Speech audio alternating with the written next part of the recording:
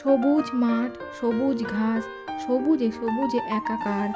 মুগ্ধতার আহ্বানে এদিক ওদিক ফিরে তাকাই বারবার। রূপের নাই শেষ তোমার আমার মাতৃভূমি। ভালোবাসি সবুজের সমারোহ। সত্যিই অপরূপ তুমি। ঋতুর বৈচিত্র্যতায় অপরূপ সাজে। প্রকৃতি যে সেজেছে আজ। বৃষ্টিতে ভিজে পাতারা নিয়েছে গাঢ় সবুজের সাজ। নমস্কার, আমি চন্দ্রানী। কেমন আছেন সবাই? আজ 1 জুলাই, বাংলার রূপকার ডক্টর বিধানচন্দ্র রায়ের জন্ম ও মৃত্যুদিন। সেই মহামানবকে শ্রদ্ধা জানিয়ে আজকের দিনটা আমি শুরু করছি। জানেন, সকাল সকাল সিদ্ধান্ত নিলাম আজকে কোথাও একটু বেড়াতে যাব। আমাদের বাড়ি থেকে কিছুটা দূরে একটা সুন্দর পার্ক আছে, ভাবলাম সেখানেই যাই। এই পার্ক লাগোয়া একটা বিশাল বড় মাছের ভেড়ি আছে। জানেন, মাছের ভেড়ি ও পার্ক পাশাপাশি থাকায় পার্কের সৌন্দর্য বহুগুণ বেড়ে গেছে। জানেন, এই জালগুলোর মধ্যে অনেক মাছ ধরে রাখা আছে,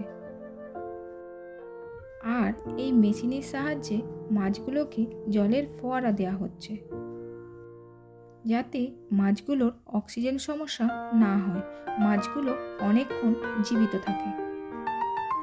জানেন, আমি কাছ থেকে এই দৃশ্য দেখার জন্য কাঠের পাটাতনের ওপর চলে গিয়েছিলাম।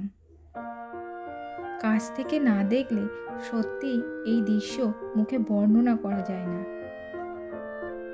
কিছুক্ষণ নিস্তব্ধভাবে এই দৃশ্য দেখার পর আমি ধীরে ধীরে পার্কের মধ্যে ঢুকলাম। যেতে যেতে কয়েকটা ছবিও তুলে নিলাম।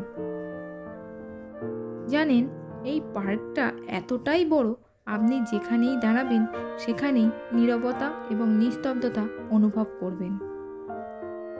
দেখুন চারিপাশটা কত পরিষ্কার আর জনশূন্য। এখানে পাখির কোলাহল ছাড়া আর অন্য কিছুই আপনার কানে আসবে না। তাই পাখির কোলাহল শুনতে শুনতে পার্কের মধ্যে কিছুটা পথ হেঁটে নিলাম।